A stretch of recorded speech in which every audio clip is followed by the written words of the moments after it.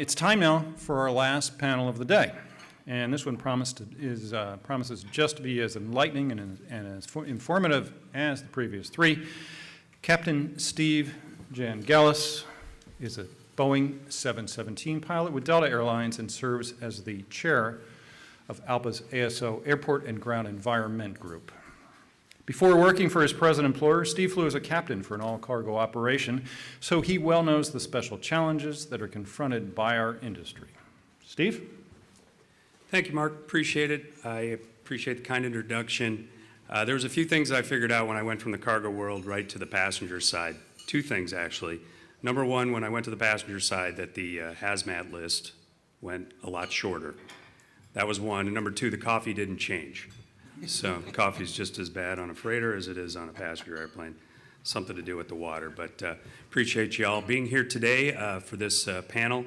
Today we're going to talk about aviation infrastructure needs for all cargo operations. It's a special breed. A lot of times, as we've heard from the fatigue panel, is that it's on the backside of the clock. And just like other operations you see on the roads, construction occurs. Buildings shutter down for the evening, and there's just a limited use of some of the services, and places we like to visit during the day are open in the post, after 9 p.m. And that's usually the bulk of the majority of times when all cargo operations take place. We put together a great panel today that I'm just proud to be a part of. First of all, I'll start up to my left here. Mr. Mike O'Donnell. He is the Director of Airport Safety and Standards for the Federal Aviation Administration. Since Mike's taken over that position, he has been a great advocate for safety for pilots as well as for airports.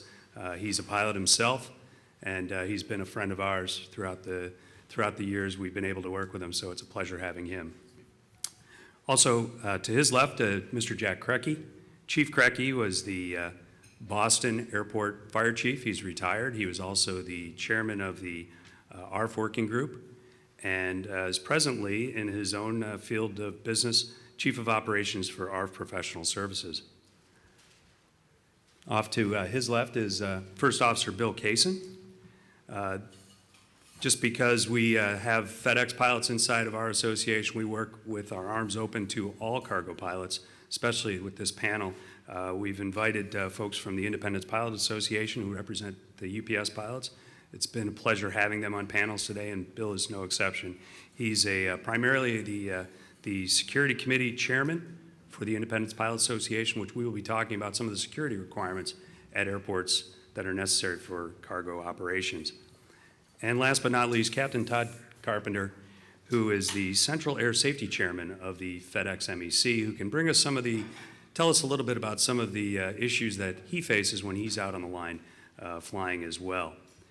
So we'll go ahead and we'll start off with 4 different topics, one being ARFF rescue and services available to all cargo aircraft in the after hours, also security, construction at the airport, and aircraft familiarization. To start off about ARFF, a number of airfields around the United States do not have fire equipment available for when FedEx or UPS decides that they would like to bring an aircraft in to drop freight off.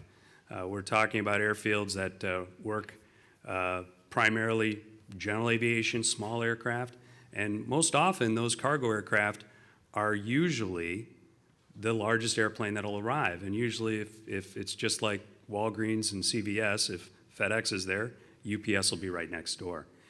Those two being the primary carriers. And that brings a new challenge to the operation because you have a small airport with a very small infrastructure, sometimes not even a terminal building, just a hard stand area. And the question becomes, well, what if this air crew needs to have an ARFF response?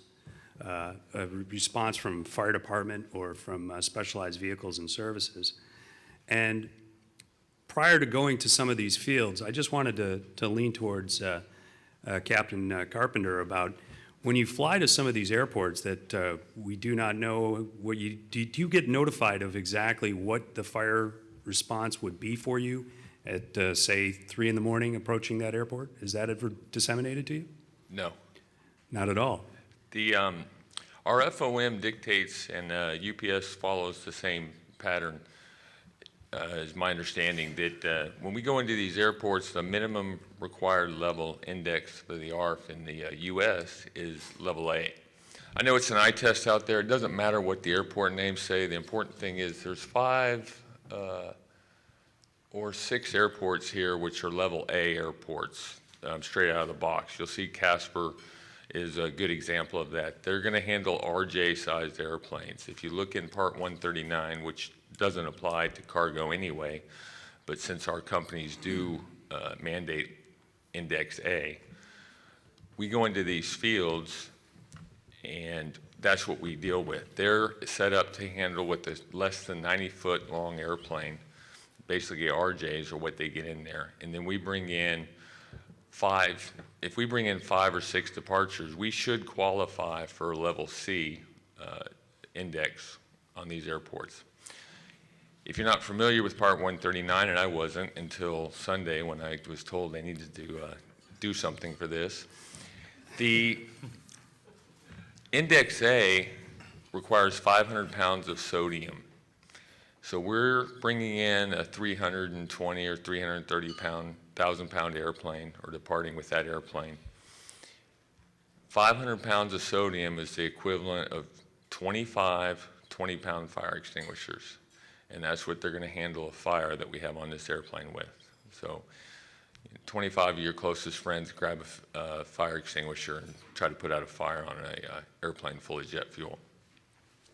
If you go to the next level, these are the level B airports we go into. That they have Index B, and that is what we could be reduced to under Part 139. So that would be a legitimate number. We get a little better quality when we go to that. What you'll find interesting, though, is that these are the airports that we operate into non-tower ops. That means that we have an arrival, a departure, or both when the tower is closed. They can regress back down from a level B to level A at that point. So every single one of these could become a level A airport during our operating times. And the other issue we run into then, of course, is how are we going to contact emergency services? They're supposed to be monitoring the common traffic advisory frequency. Our documents for the company tell us to contact the ramp. Sometimes it's hard to get a hold of those guys, and then we're basically dealing with an intermediary to try to tell them the problem we have, to have them make the phone call or call 911 for us. So that's one of the issues that we face in that situation. So is there any notification at all on your flight plan or any pre-flight documentation or discussion with the dispatcher about that ARFF ability? There's nothing on our flight plans. We're just, because the FOM, our operations manual, says that it has to be an A. Every pilot knows that that's what it's going to be at least, and we have no idea what that means. If you want, quite honestly, the average line pilot has never looked at Part 139. They don't know what that means. They just know that it's good enough, and we're being sent in there. Well, it's a good thing that we brought along Mr. O'Donnell on this one, because we consider him the expert on FAR Part 139. Mike, if you could, give us just a brief overview of what Part 139 is and what that means to your department inside the FAA. Okay. Well, thank you, Steve. Appreciate you inviting me here.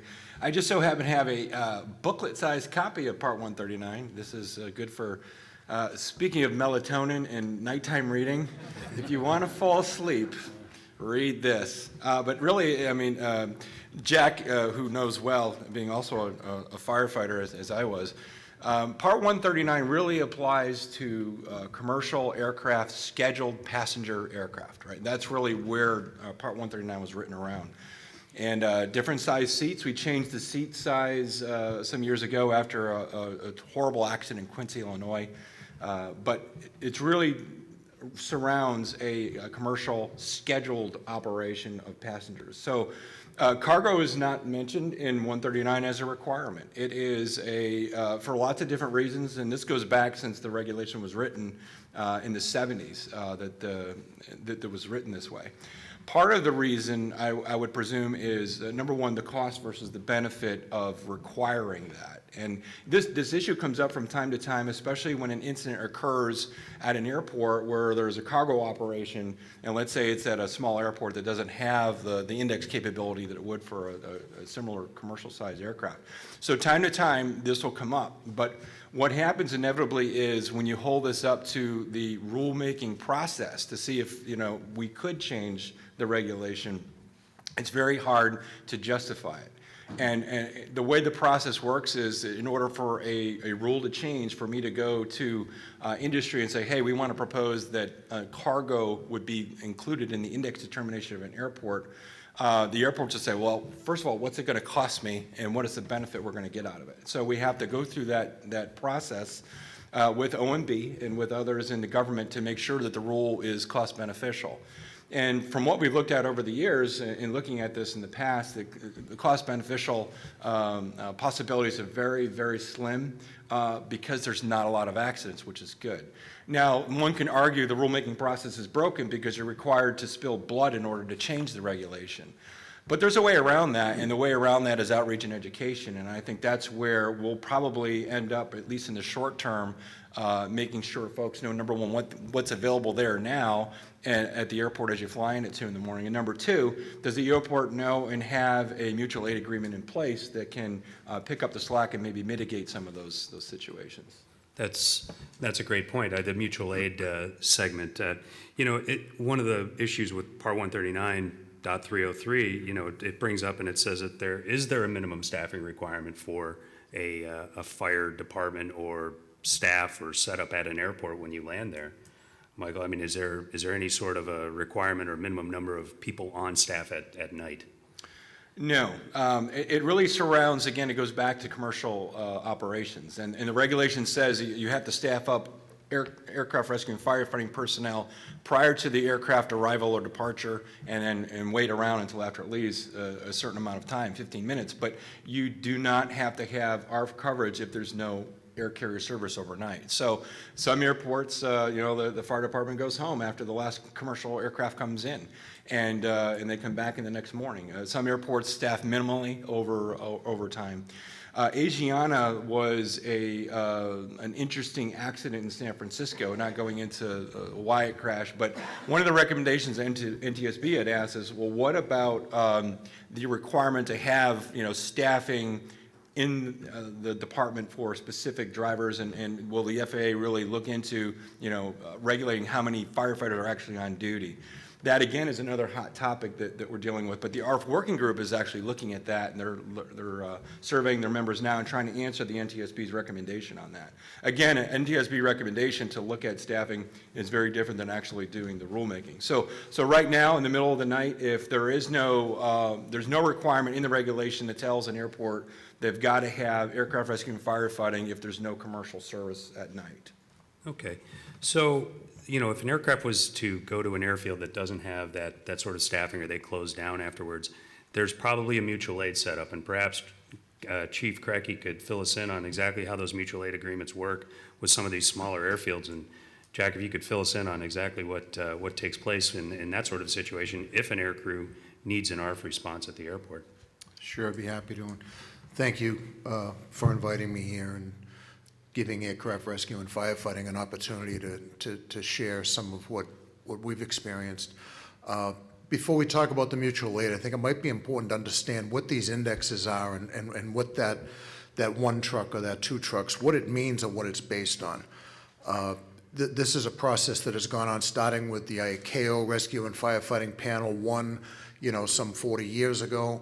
NFPA has adopted a number of things and taken the standard to the industry where they've developed consensus standards, and it's basically a mathematical formula that is based on the overall length of an aircraft carrying 9 passengers or more, where a rectangle is drawn, which is basically the spill area of where the critical rescue paths are.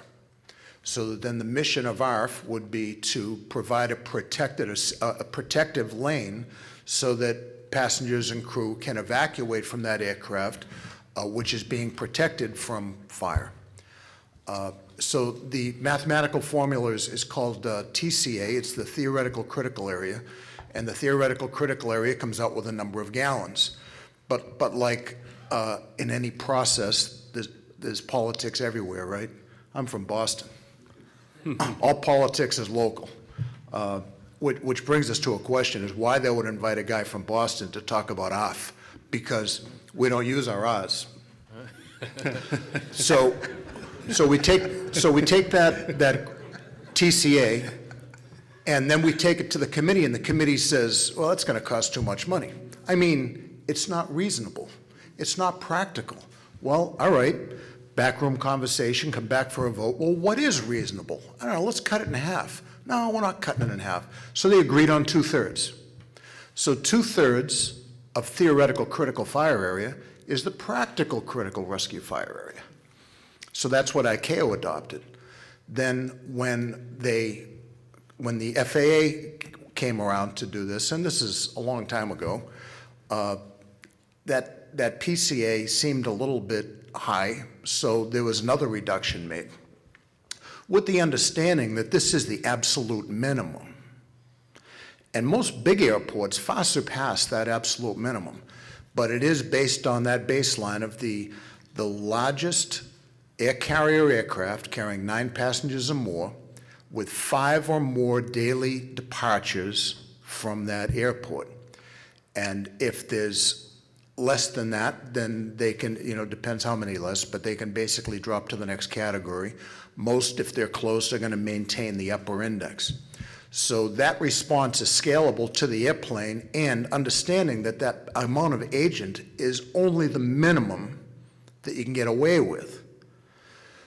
So there are other things that the FAA has built in that requires that you have 200% redundancy in your foam concentrate reserves and your dry chemical and all of the other agents that are required.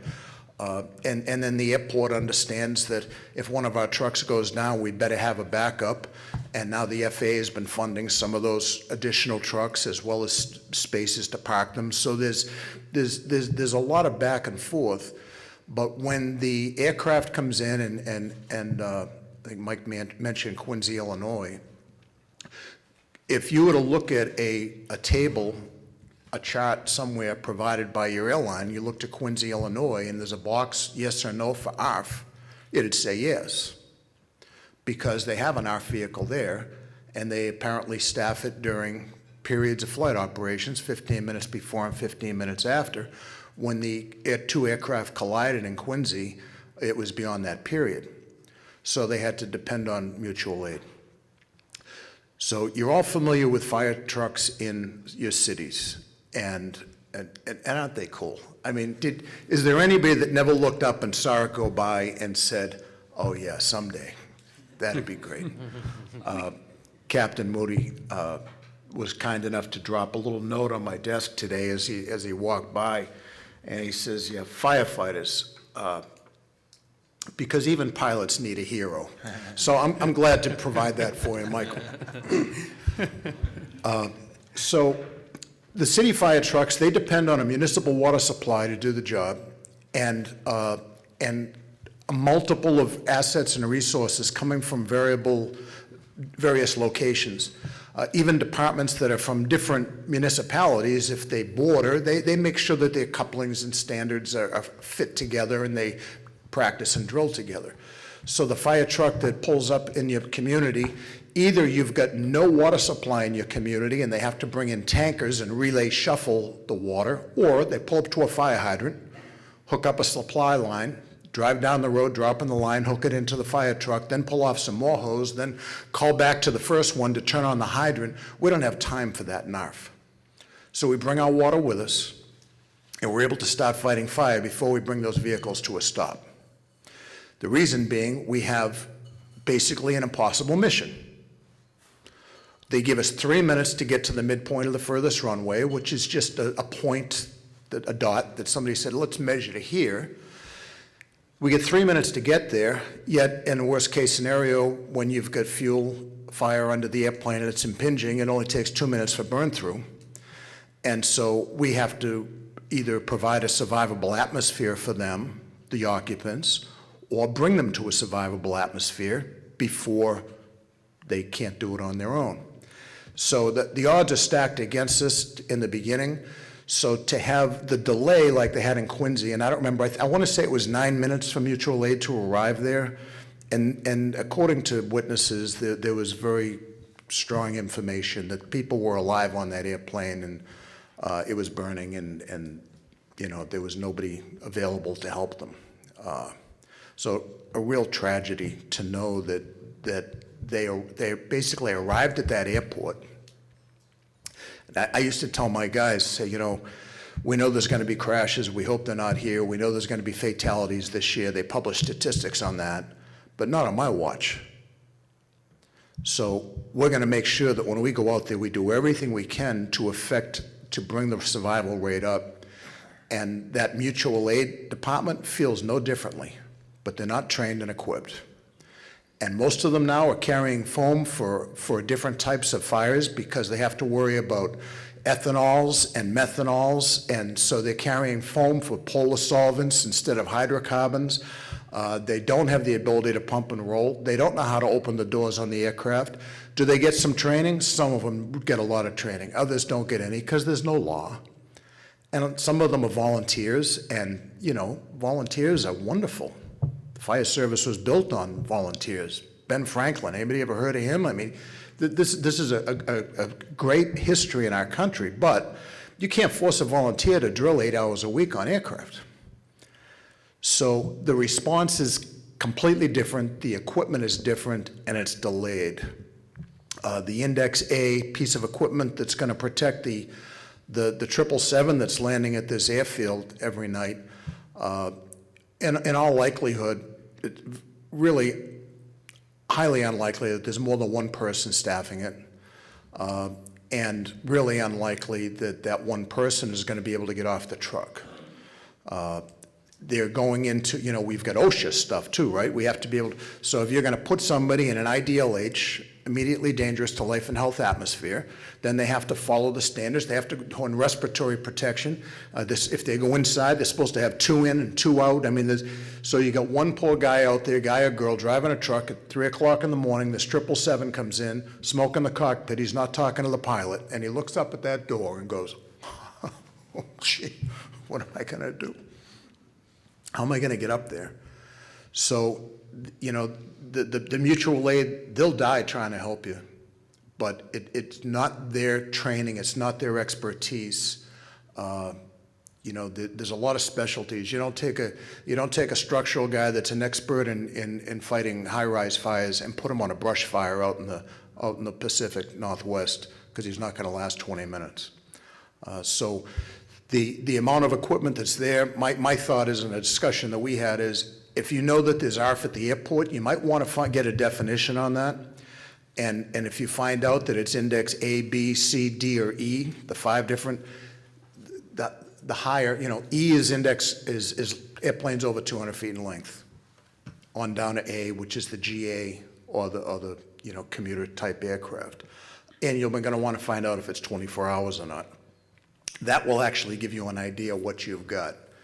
And I'm not a pilot, but if your destination airport has no coverage, but there's an Index E airport that you can get on the ground pretty quick, might be something to think about in a risk analysis, you know, as to where you'd rather have your emergency. Hopefully, eventually, I answered your question there. Absolutely. You know, filled in all the blanks. you know me. Ben Franklin, got it. Good stuff. Thanks. Thank you, Jack. Some great insight on that, and that's definitely the key. I think is that the training of the people that are approaching the aircraft is a large part, and the work of the airports division, as well as your work, Jack, with the ARFF working group, and our involvement in some training videos for the firefighters, we believe is excellent training for those firefighters who come out, because we've had this discussion before, Jack. They come out of the academy. Are they ready to go be at an airport right away? No, that's the minimum qualification. Well, every airport's different. And I said, in all likelihood, that an Index A airport that is looking to hire a firefighter, they're probably going to wear a couple of hats. So, they may prefer that they've got experience fueling planes because they can send them to a 40-hour course somewhere. The bigger airports, the airports that depend on the city department to provide primary coverage, or their port authority or an airport authority, they're going to have firefighter 1, 2, which is, a full, in Massachusetts, I think it's 17 weeks now. In other places, it might be 11. And then you do OJT, where I was at Logan. After you had all that and get your firefighter certifications, then you did 90 working days. So it's about 4.5 months where you don't count as staffing because you're not allowed to drive a truck by yourself. You get signed off on all those things. So, at a big airport, it could take a year and a half to be qualified. And in a mutual aid training that I've done with airports in a lot of locations in this country and others, their introduction is almost always, the majority of the students, the firefighters, is almost always their first introduction, or they can't remember the last time because, they're busy with their own stuff. And coming to the airport is just one of those, hey, we got a call to the airport. What'd you do? Nothing. We went to the staging area, everything was all right. They turned on and released us, but it was cool. Did you learn anything? Did you go to the hot wash? Did you so that, nothing's perfect, but they're all out there. They're all have their heart is in the right place, but their trucks, their equipment, their training, it needs to be better. In all fairness, in the discussion that we've had offline about some of these arrangements, the airlines themselves could bear a little bit of this burden themselves. They pick airfields that are most economically viable to set up a hub or be close to the hub or transport to or from the hub. And it's almost unfair to the community in a way when the airline just picks an airfield and says, look, we want to land a 777 there tomorrow, and puts that on the schedule. And we're talking about corporations that are making lots and lots of money, and an assistance plan or some sort of setup where they could help subsidize some of the services would be a big help along the way. It's a trial balloon. It's something I'm just throwing out there, but it's very tough to tell a community of 10,000 people that you need to put an ARFF house with 7 vehicles and man it with 20 folks. I think that it's a stretch. Any thoughts on that, Mike, Jack? Any ideas on that? I think it's a good point. One of the issues is as you fly into a small airport, a lot of the carriers and operators don't really talk much to the surrounding community about their new operation unless it's specific to their operation. And I think one of the ways you can deal with that is if your cargo carrier is flying into an airport, get to know the airport owner, get to know the local fire chief, have them come out and do some familiarization training on the aircraft, invite them out to see the airplane and know where the emergency shutoffs are, look at the cockpit, know how to open the doors and whatnot. Our advisory circulars talk about that even though we have no requirement, we encourage that. We encourage the airports to reach out to the carriers to do that, and we encourage the carriers to reach out to the airports to do that. I think you're right, though. I think that when an air carrier approaches a local community and says, hey, what can we do to help? We'd love to see that. I don't think we'd ever want to regulate that, but I think that's a good way to go. And if a community and an air carrier agree to do over and above the requirements, we think that's great, and it's a good example, and we'd like to highlight that and use that as a model for other airports across the country. And that's very good, exactly. I mean, to get that sort of peer group discussion, and some of our friends at ACI, the Airports Council International, and AAA, the American Association of Airport Executives, are definitely promoting that idea out there to their membership to back up our calls for just better than the standard, try harder, get better than the standard at your airfield, and we've seen success stories around the airspace, or excuse me, around the air system, from their work and from their efforts. So you brought up a great point, Michael. It's about the aircraft familiarization discussion, and I know with full credit to our IPA friends, Independent Pilots Association and UPS pilots, there's a great pilot there, First Officer Jess Grigg, who quite frankly, he's been on a panel here before. He's discussed that he was involved as the first officer of the Philadelphia DC-8 fire. He tells a great story about it, and he tells us some lessons that were learned. And one thing that he made his life passion after the fact was making sure that he got out and volunteered his time to get out and work with local fire crews at stations that UPS frequents, and get out there with the fire crews and using a UPS aircraft, get out there and familiarize the crews with the operation of the aircraft itself. And Jack, you've been deep with that setup as well. I mean, what would be important for you to see as a firefighter? What's a good thing that we could show you to get you familiar with the airplane as you first show up? Like you say, you look at that door, how do I get it open? What's some good things that you pick out? The perception of aircraft training is that when we go out and look at a plane, all we're looking for is, throttles, bottles, batteries, and doors. That's sort of the understatement. And Captain Jess Grigg, you meet Jess once, you'll never forget him. He's a dear friend. He's about 6'5", 300 pounds with a 32-inch waist, and he calls me his big brother. So I'm not sure, but what he does is he looks you in the eye and says, "Hey, dude, I'm in the flying position. There's smoke in the cockpit. What are you going to do?" And then he watches you start fiddling around, and he says, "Dude, do you know how to slide me back? Where are the seat controls? Can you do it in the dark? Can you do it in the smoke? Which way are you going to turn a 5-point restraint? There's no wrong answer." And he gets you going. And after meeting Jess, I had an opportunity. I was the fire chief in Papua New Guinea, and I had Aboriginal firefighters, and we had Antonov 124s land every day, and in their previous post, they had never been allowed on the airplane. And I told them, "You're going on that airplane, you're going to learn how to shut it down. I can't read Russian either, but I'll figure it out, they'll show us, and you're going to take me out of the cockpit." And every one of them did a cockpit rescue.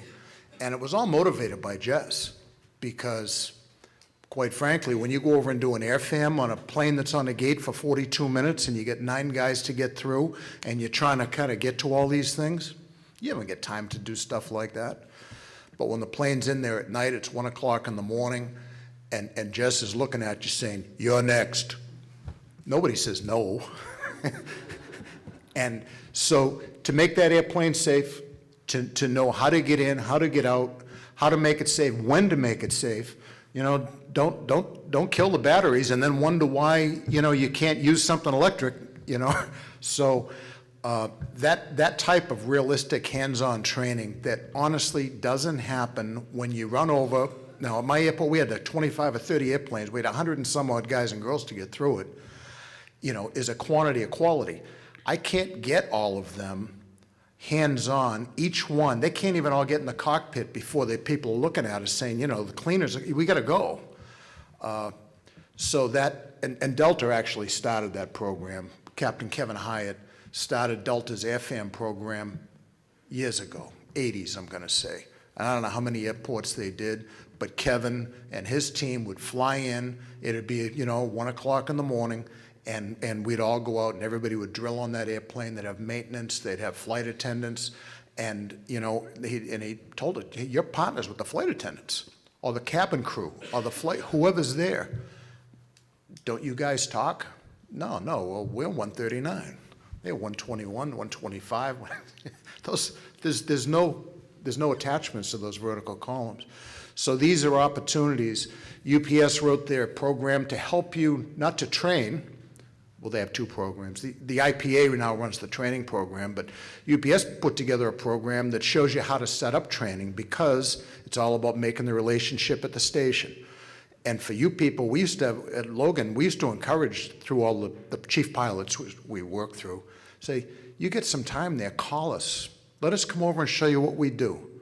Let us come over and show you what equipment we have, so that when you hear us on the radio and we say, hey, we're conducting a thermal scan of your aircraft, you have some idea what we're talking about.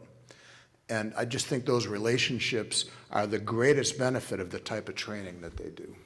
And that extends also not just at cargo airports, or cargo airlines, but it also extends out to passenger airlines. And I think that, there's a great benefit for all involved in the aviation business to expand the crosstalk, the collaboration, to get a look and familiarize each other with exactly what we're discussing here. I mean, I've always said, and Jack and I have had this discussion in front of panels and things, and I've said, I don't want to meet the person in the moon suit. I want to meet him in this kind of suit first. Because, if that person's waving out the window and giving you hand signals, usually something's going wrong. And you may be disoriented, you may be incapacitated, and then we get into the drill of having to get pulled out of the chair. And so there's a definite need to have us all get together and talk this over in a tabletop discussion rather than when literally the heat is on. We'll switch gears just a little bit, and we'll talk about some other issues that affect all cargo operations, and especially at some of the smaller airfields or at the cargo ramps at some larger airfields. We'll talk a little bit about security. And I'd like to lean down towards First Officer Cason about some of the issues that he sees that are at these airports that cargo pilots face and see and airlines deal with on a night-to-night basis. Yeah, so I mean, here's the thing when we talk about all cargo security is that and often we are working under really the shell of a AOSSP, an Aircraft Operator Standard Security Program, which is a passenger model, right? So then we try to sort of fit that square peg into a round hole and apply that to the cargo scenario. We do a good job on that on some things, and I think other things we can work a little bit better on. So, we're talking about airport infrastructure and perimeter security and those type of really specific issues. And it was mentioned earlier in the day about, the cargo side being on the other side of the airport, right? So you have all the passenger and the SIDA, and then you go across the field and you'll have the cargo ramp where we'll have FedEx and UPS and maybe some others. So sometimes we work under the same program for that aircraft operator. We work under their SIDA, and we have some of the rules, but most often it's under an exclusive agreement, an operating agreement with the airfield and with the airport authority, which and that can change. So now we're starting negotiating a little bit in how we run our security processes. And of course, there's a minimum standard which is applied, and I think that's a good thing. But also, you'll also see some marked differences in how each program runs. And we get guys from UPS and others that will go to one airfield and they process us one way, and then we'll go to another airfield and it's processed another way. So and that inconsistency can have lend to some doubt into the pilots' minds about how those applications are being applied. So in a big sense, I think we do a pretty good job of it, and especially in regards to perimeter security. I will say, just kind of to piggyback on Mr. Alterman's kind of plugging the ASAC earlier. One of the things that we're doing as part of the ASAC myself, we have taken up perimeter security as one of our agenda items for our group. And you heard him talk a lot about the airport all access working group, which came out of the Atlanta, smuggling of weapons and to try to get some real solutions on that. And the ASAC provided, I think, 27, real solid solutions to the administrator for him to consider in regards to adopting for the TSA, and I believe they're going to adopt all those. So the next thing on the administrator's mind was this idea of perimeter security, and what was the trigger event on that was the San Jose stowaway guy, right? So he got in and he stowaway and got to Hawaii and somehow survived that, which he probably shouldn't have survived it, but he went into a deep sleep.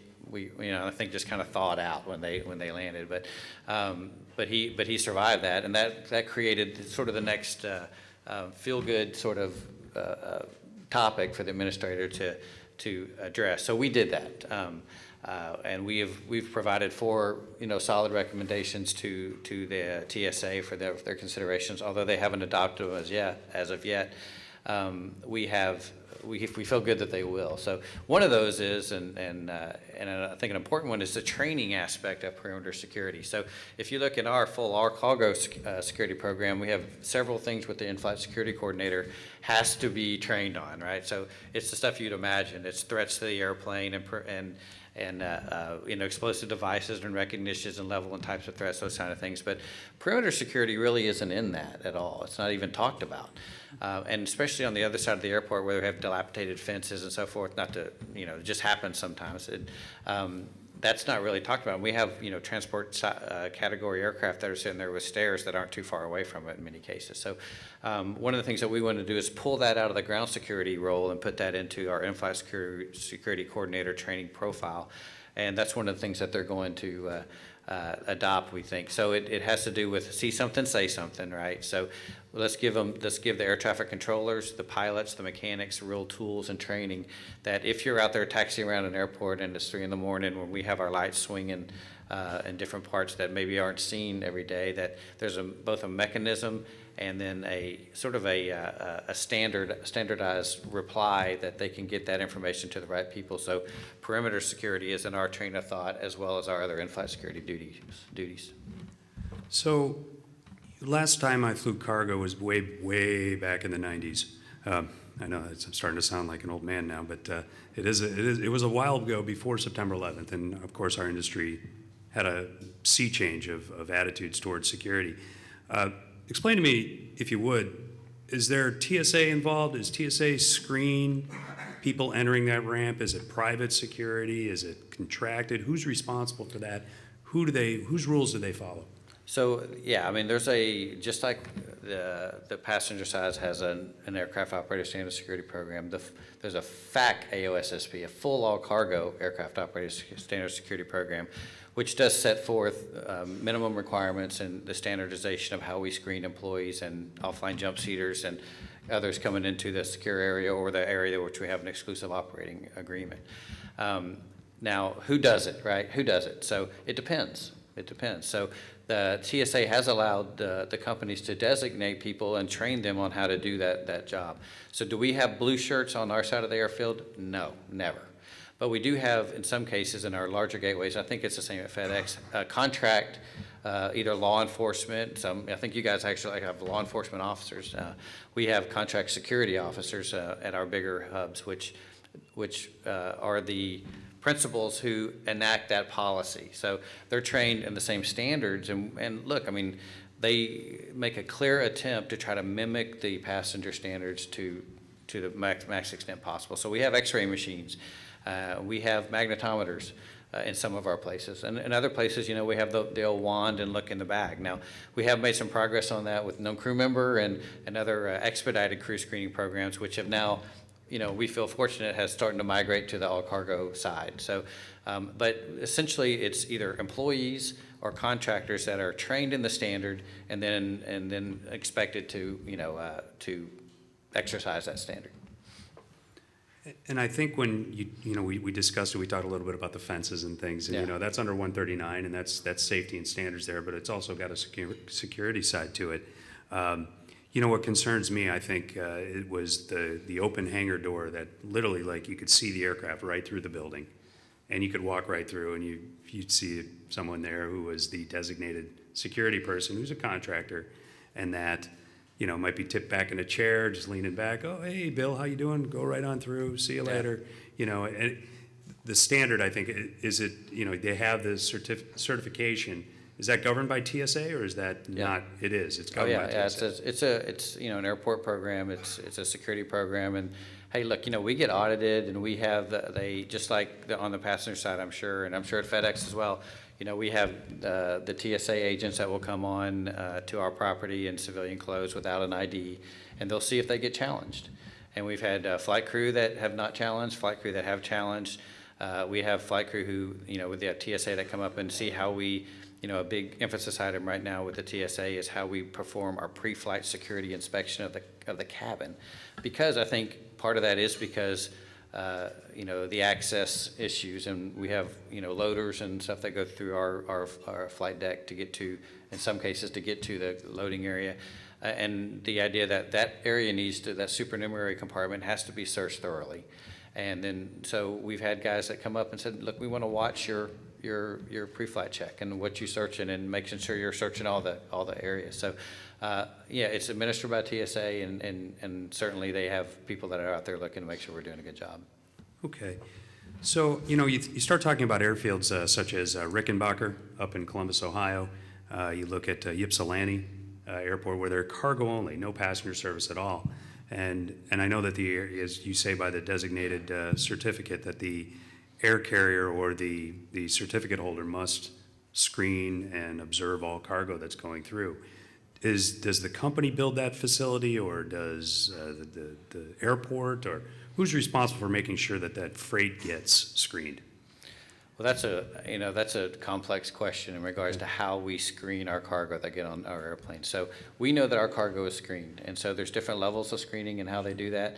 And there's some that are screened at other facilities and then brought to our airplanes. And then they also have, mini sorts per se, that where they build the cans that go into the airplane, the screening process done there too. So it's a difficult question to answer on generally like how it's done. I know there's several layers of that go into that process, but I know UPS at a place like Rickenbacker, Mather, some of these airports that have spun from a military airfield into they do a lot of cargo, is they invest into the infrastructure. They have to invest in that to make it did the minimum facilities to handle, an A300 or 757, 767. So I think there's a shared responsibility there with the airline and the airport authority, but certainly without that passenger service, it's clear that it doesn't trigger some of the same processes as it would without, with all cargo airplanes. Great. Some of the infrastructure issues that arise for all cargo operations, and especially early morning or late at night passenger operations, is the closure of an air traffic control tower. And I know that can be a challenging environment for a crew, especially if there's weather in the area, precipitation, thunderstorms, et cetera. For the two gentlemen, the two pilots on the panel, do you see, is it something that we're starting to see in safety data that it's a real issue to us? As I look towards Captain Carpenter, is it something that we really need to put our focus on from a safety standpoint, that we should have towers open and available when we arrive and depart? Well, we spend quite a bit of time on training. The company we have 5 different levels of airports with non-tower operations. Some of them are approved outright, and then other ones you'll have to go back and get approval to go into that airport. Usually that's a situation where we're opening up a new destination, or the main airport is closed and we've moved the freight over to another airport for a little while for whatever reason. So we spend a lot of time on training. We get Jepson pages that explain in pretty good detail about how we're supposed to handle that. Some of the issues we do run into, and I'll see that when I'm doing training or flying with an individual who hasn't operated into a non-tower ops type airport, is some of he may not know the call outs or may not understand, I had civilian background before I went into the military, and I just happened to see the different guys didn't know what they were supposed to do, whereas I've always said talk more, just keep talking, and you'll be a lot better off than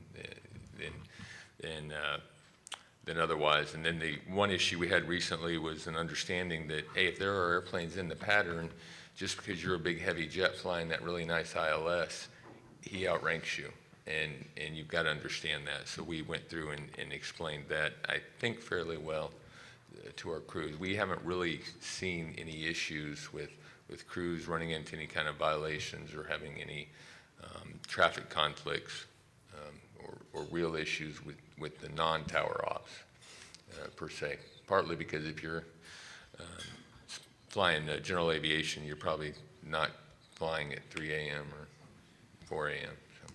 Sure.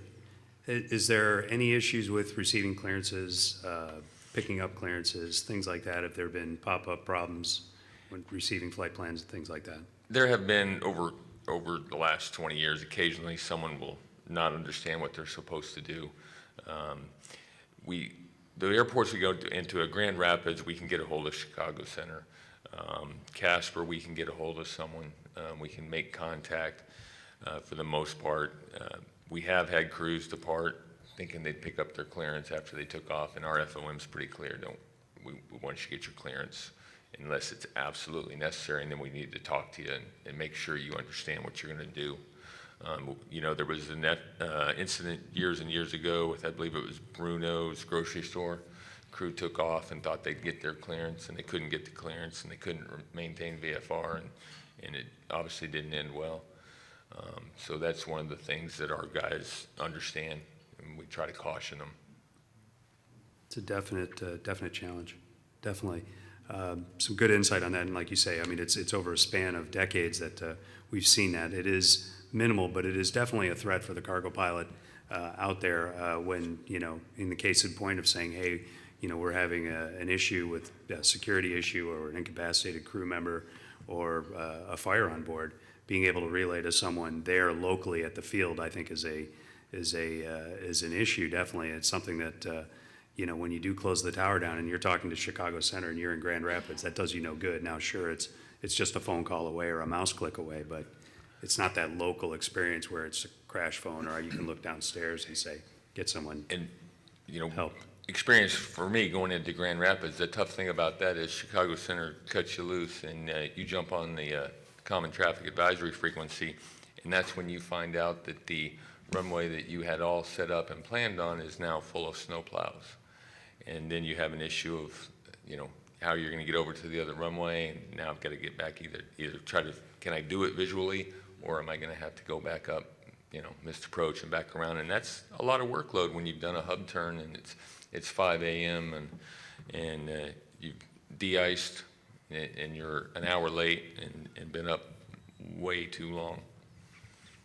So. Definitely a good segue, and we've seen that.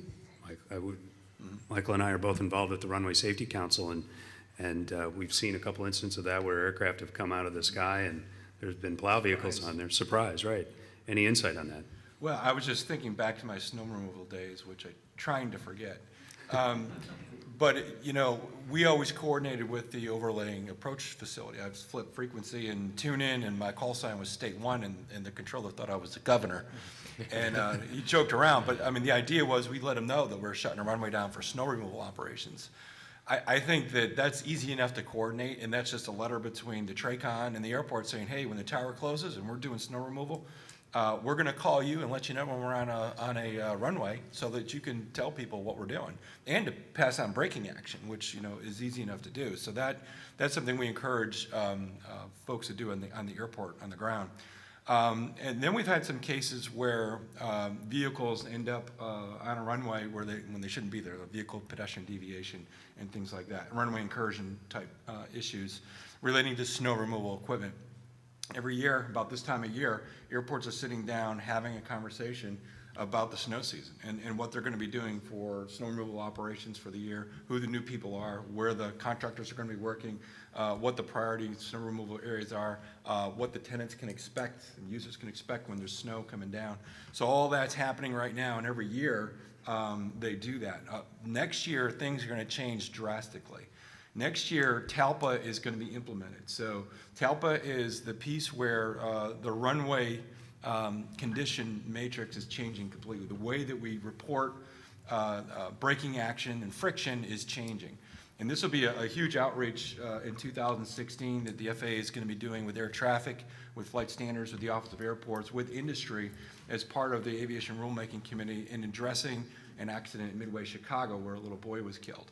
And the idea is to have a standardized approach to braking action and reporting braking action that everybody is hopefully going to get trained up on this year. So by October of next year, this new reporting system will be in place, and we'll have just a very simplified runway condition assessment matrix on the street that we'll be using. I think, though, there'll be, like anything when you introduce something like this, a steep learning curve to figure out what those numbers mean, who needs to understand it. Controllers, pilots, vehicle drivers, our drivers as well, need to understand what all that means. So 16 is going to be a big year for learning that and understanding that as we go forward. Definitely. I'm glad to hear that about I had the to throw TALPA. that plug in for TALPA. That was very good. TALPA ARC, the Takeoff and Landing Performance Assessment tool, which is something that's been years. It's been worked on. It's been massaged. It's a full industry governmental cooperation group that's been working on trying to massage those deals and get that tool out to airlines and air crews while they're in the middle of inclement weather.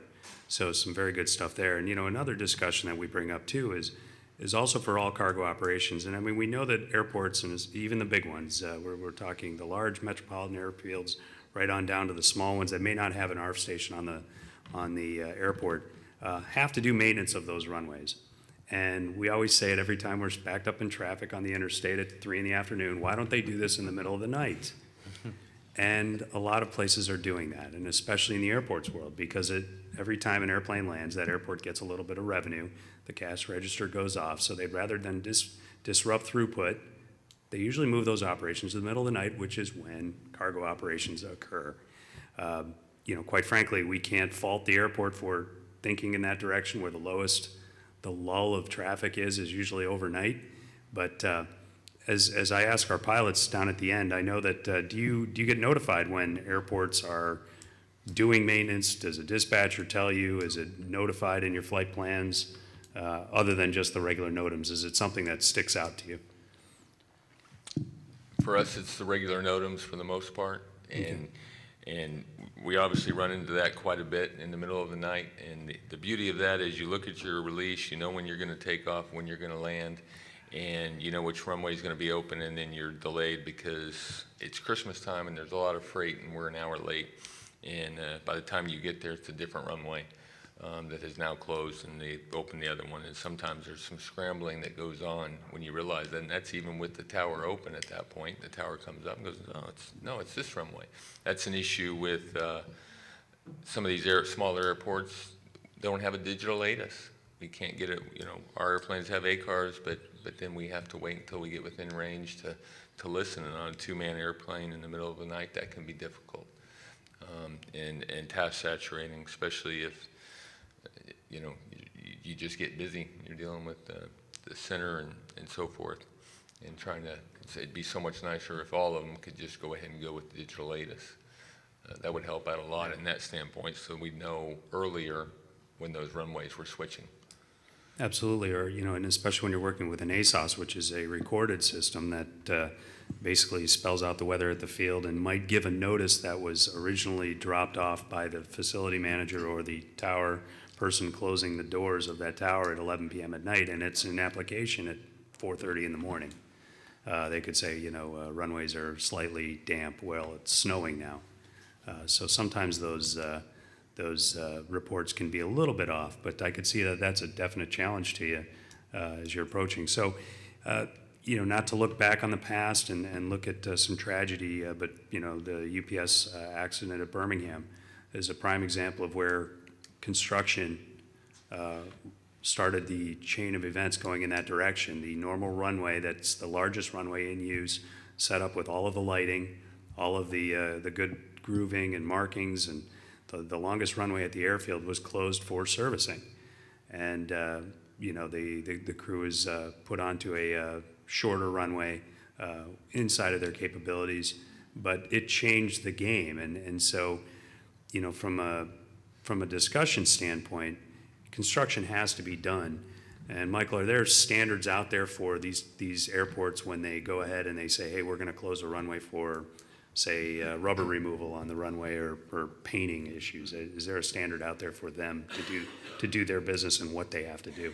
Well, it's like flying. There's the usual day, and then there's the unusual things that happen. The usual maintenance should be out far enough where the airport operator is planning with the tenant saying, hey, so on next Saturday night, we're going to shut down between 2 and 4 right after FedEx lands, and we're going to do X, Y, and Z.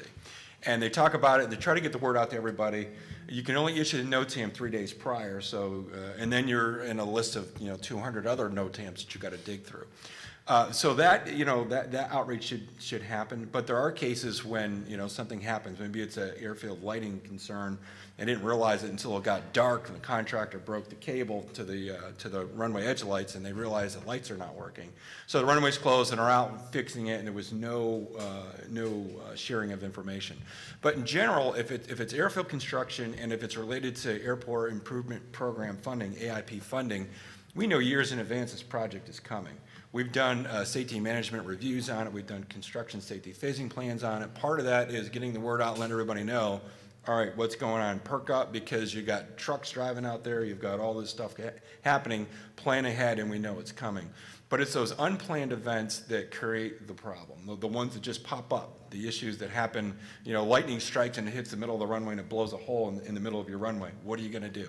Well, you got to get the word out. And I would just encourage both on the aviation side and the flying side and on the airport management side, communication is the key, letting each other know what's going on. The airport should know your flying schedule. They know that, you know, UPS comes in every night at 4 a.m. They should be planning around that, and if they're going to close earlier or later, you know, picking up the phone and calling UPS, hey, can you come in earlier, or do you mind waiting on the ground an hour later because we got to do X, Y, and Z. Most airports try to do that. And there are some cases at smaller airports, they might forget that they've got that late flight coming in. Oh, it's not a 1:39, you know, required flight, so they just kind of put it in the back of their mind, and boom, you know, FedEx shows up and they're talking to nobody, and they're in the blind. So we try to recommend against that. Our advisory circulars are very clear on coordinating, communicating, working with the tenants. Be involved at the airport you're flying in. Get to know the airport manager. Go to the airport tenant meetings. If you can't go yourself, send somebody, have representation there. That's where the best communication happens. That's where we find the problems quickest, and that's where we can avoid a lot of the issues. And of course, the one in Huntsville is just an unfortunate event that pointed to that. But I can point to construction in San Francisco that had the opposite effect, where that runway threshold was actually moved 300 feet further inland.